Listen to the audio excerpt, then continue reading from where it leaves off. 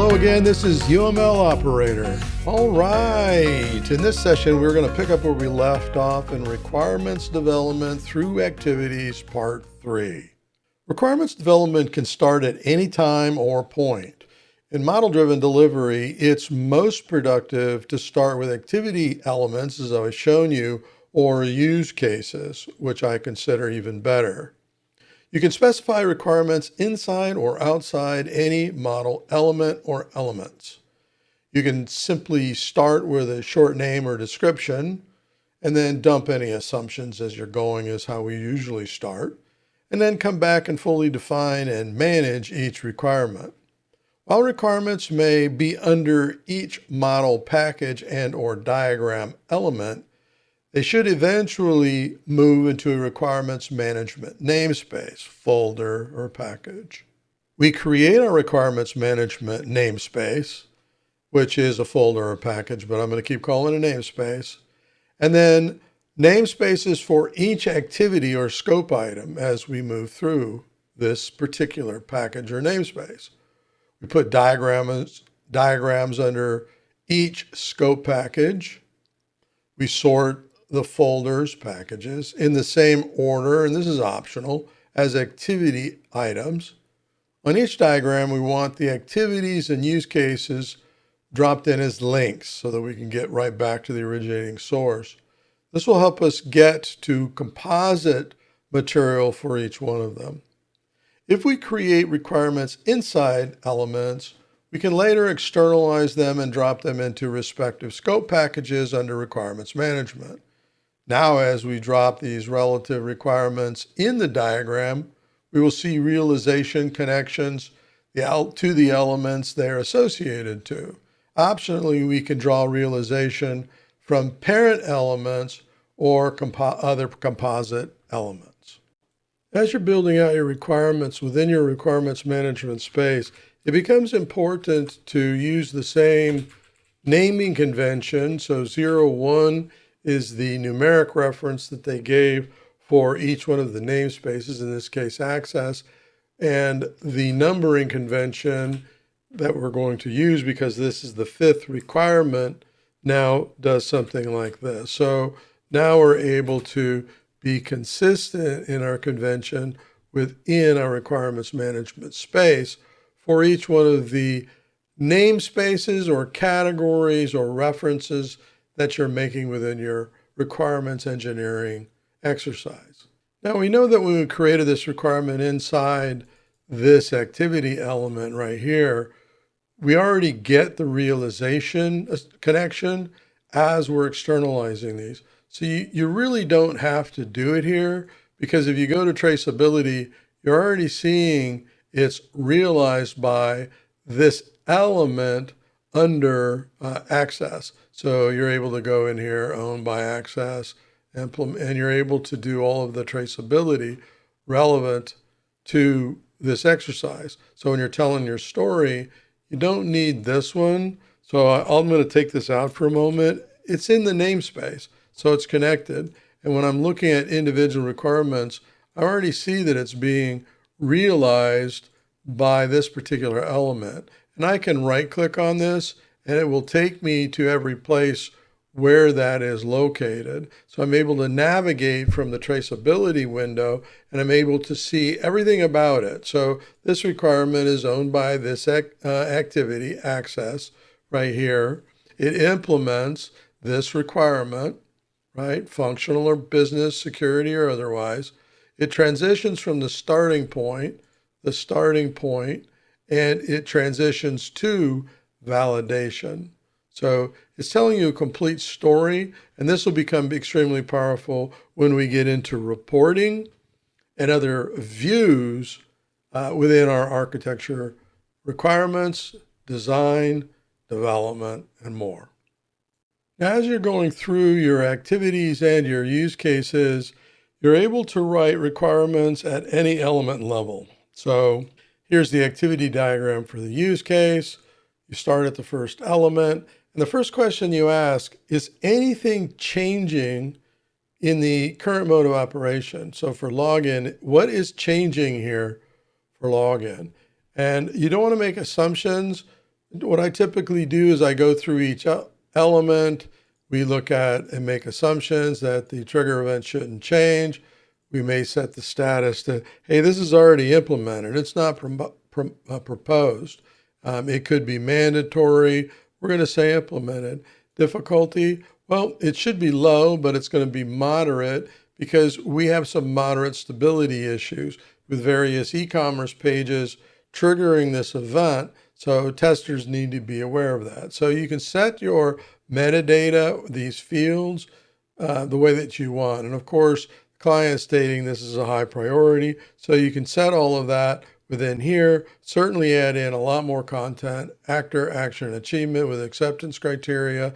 And then at some point, you can then come through here and you can externalize this to the requirements for access, because we're dealing with this particular area right now, access. Just go ahead and OK. And now this is externalized. Now, as you're going through this, you can go to your requirements space. So requirements management is up here. And in access, we just added this. And you can tell we just added it because we did not add the numbering convention. Now, this is just a trick that I do. I might come in later on and hit function key 2, F2, and then put in the number, and again, 0, 1, and this is going to be 5, right? And then you don't have to bring the elements in here. That's totally up to you. You can bring them in the beginning during your requirement solicitation exercise, and then start to remove them as you're, I want to say, finished with the requirement specification portion of this. So as we go into each one of these, we can see that we're going to be building requirements for these. We can set the metadata where applicable, and then we can come in and externalize these to access under requirements management. And then I'm just going to hit OK. And if you miss the right folder, it's not a problem. So this one is not externalized. This one is externalized, right? So I am going to externalize this. I'm going to do it right in the use case package, because I can do it in the use case package. And now it is in the use case package. You can see right here. And when I bring this in as a link, the namespace, this is from access, this one's here. I can hit Alt-G, find it, and then drag and drop it into the requirements management folder if necessary, and now it is there. So the power within Sparx Enterprise Architect to manage your elements, draw your relevance, move, change, and manage things is very productive, very fast, and easy to do. Let's do another one. We're going to do it at the use case level, Alt-Enter, so we don't go into the structure editor. We're going to go to requirements, and we're going to say the client has given us a requirement that access experience must or should be the same as it is today. Something like that. Then come in here, explain that actor, action, and achievement with your acceptance criteria, set your metadata. We don't want to put implemented in this one.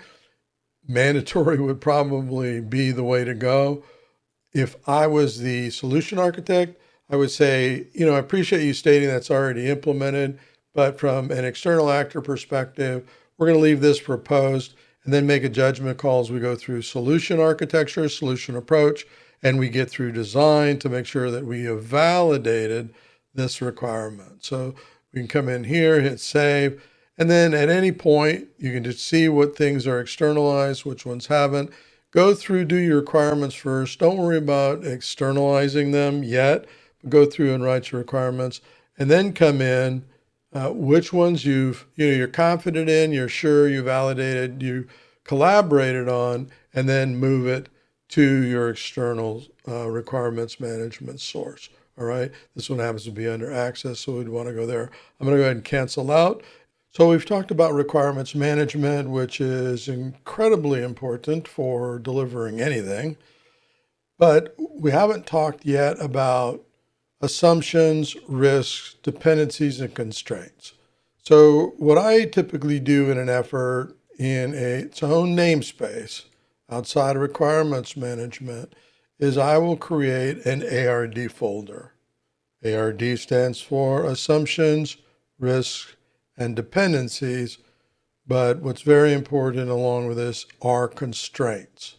So in the ARD folder, there is a folder specifically for assumptions, risks, dependencies, as well as constraints. And there are models for each one of these areas.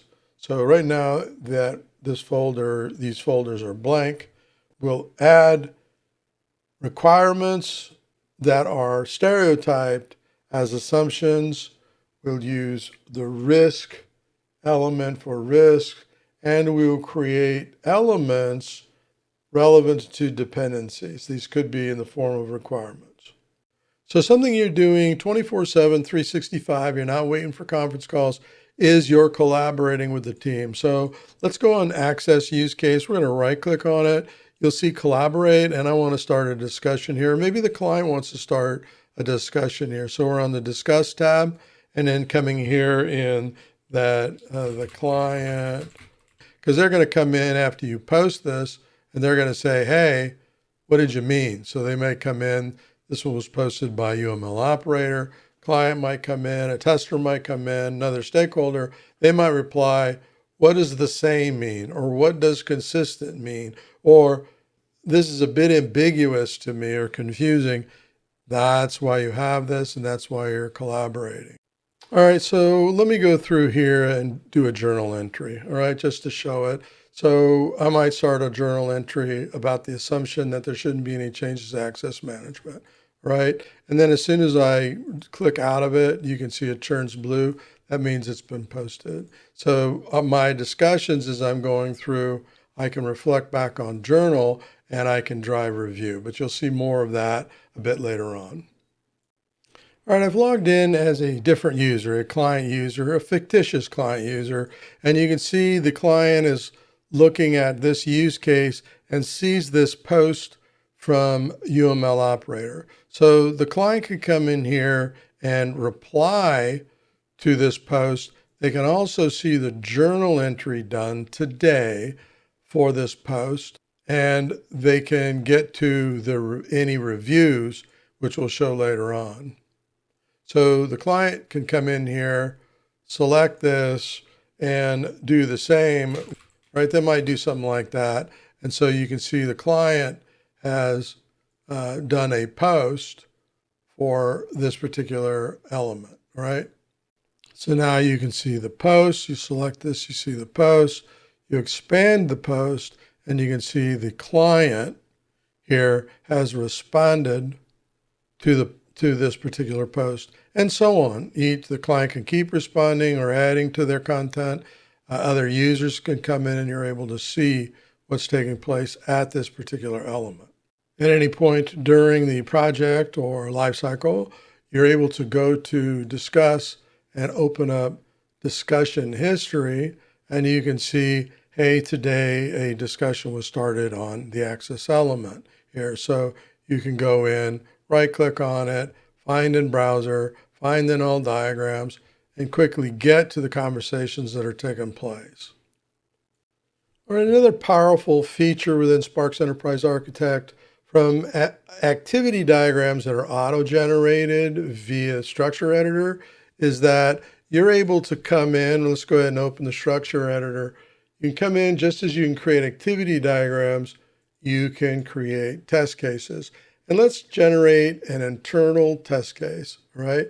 So it's going through and it auto-generated a test case based off of the criteria that we gave within the flow, what should be tested. So now we have a test case here that we can run. We've got 4 here, and all of them are not run at this particular point. If I double click on this, this tells me what the start is, the exception handling is, and results. And there's other things such as input criteria that will be provided for you as you're going through. So you can run your test cases, your test scripts.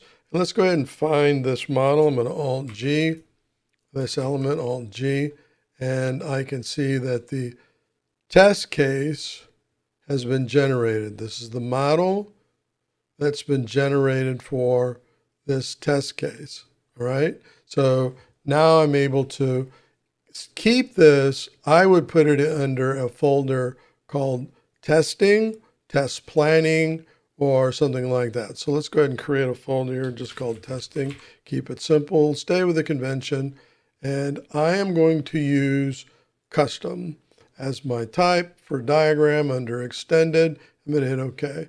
Let's go ahead and open this blank diagram. In it, I get issue element, I get test case, UI, screens, change. I get some other elements that support in this particular conversation. There's other diagram types that support testing as well, but maybe we'll cover those a little bit later on. So what's the difference between an internal test case and an external test case? We created an internal test case, and this simply means that the test case is internal to the use case, where an external test case is just that. It's external right here to the use case. This makes the test case portable. So I'm able to, if I have a test management folder, I'm able to move this test case into this test management folder and then give it a reference, just like I did for this test case, to ITC, which stands for, in our project, internal test case. So ETC would be the external test case. So we could bring this in as a navigation cell. Not going to do it because we're going to go through a naming convention next for our test cases. So let's create an internal test case for order processing, right? So we're going to go do internal. You can see it's creating that test case here. And now we have an internal test case for order processing. Now, just like naming conventions for requirements and other elements, we need a naming convention for our test cases. So there's a couple of ways you can do this. You can just go over in the browser, select it, hit F2, or you can double click within the diagram and it opens up properties, and here you can give it a name. So our convention is internal test case ITC. We're in the 5th group, which is order processing, and this is our first test case. And we could change the name, but we're not. We're going to leave the same. UMLO operator is the author, and we could add some intelligence, some data around this test case, but we're not at this point. So now we've given this internal test case a numeric, alphanumeric reference so that it's unique amongst our test cases. Now let's go ahead and put this test case under test planning, all right? So we've got four areas, 1 through 4 is the group. We've just added this one. We're going to drag and drop it in as a navigation cell. You could certainly, with no name, just going to hit OK. You could certainly use a link or other references. I'm going to make it the same size. Now for the, find in the browser, for the external test case that we created, let's bring this diagram in. So we're going to bring it as a navigation cell, but not yet because we haven't named it. Otherwise, you're going to have to come back and redo it. So just like the other one, our convention here is ETC for external. And this time I'm going to hit F2 and do it over in the browser. So again, this is group 5. 02, this is the second test case, just happens to be external, right? I'm going to hit Control A while I'm here and copy this. Come down here, hit F2 and paste it, Control V, right? Now, when I bring this in as a navigation cell, just hit OK. I'm not going to choose a graphic.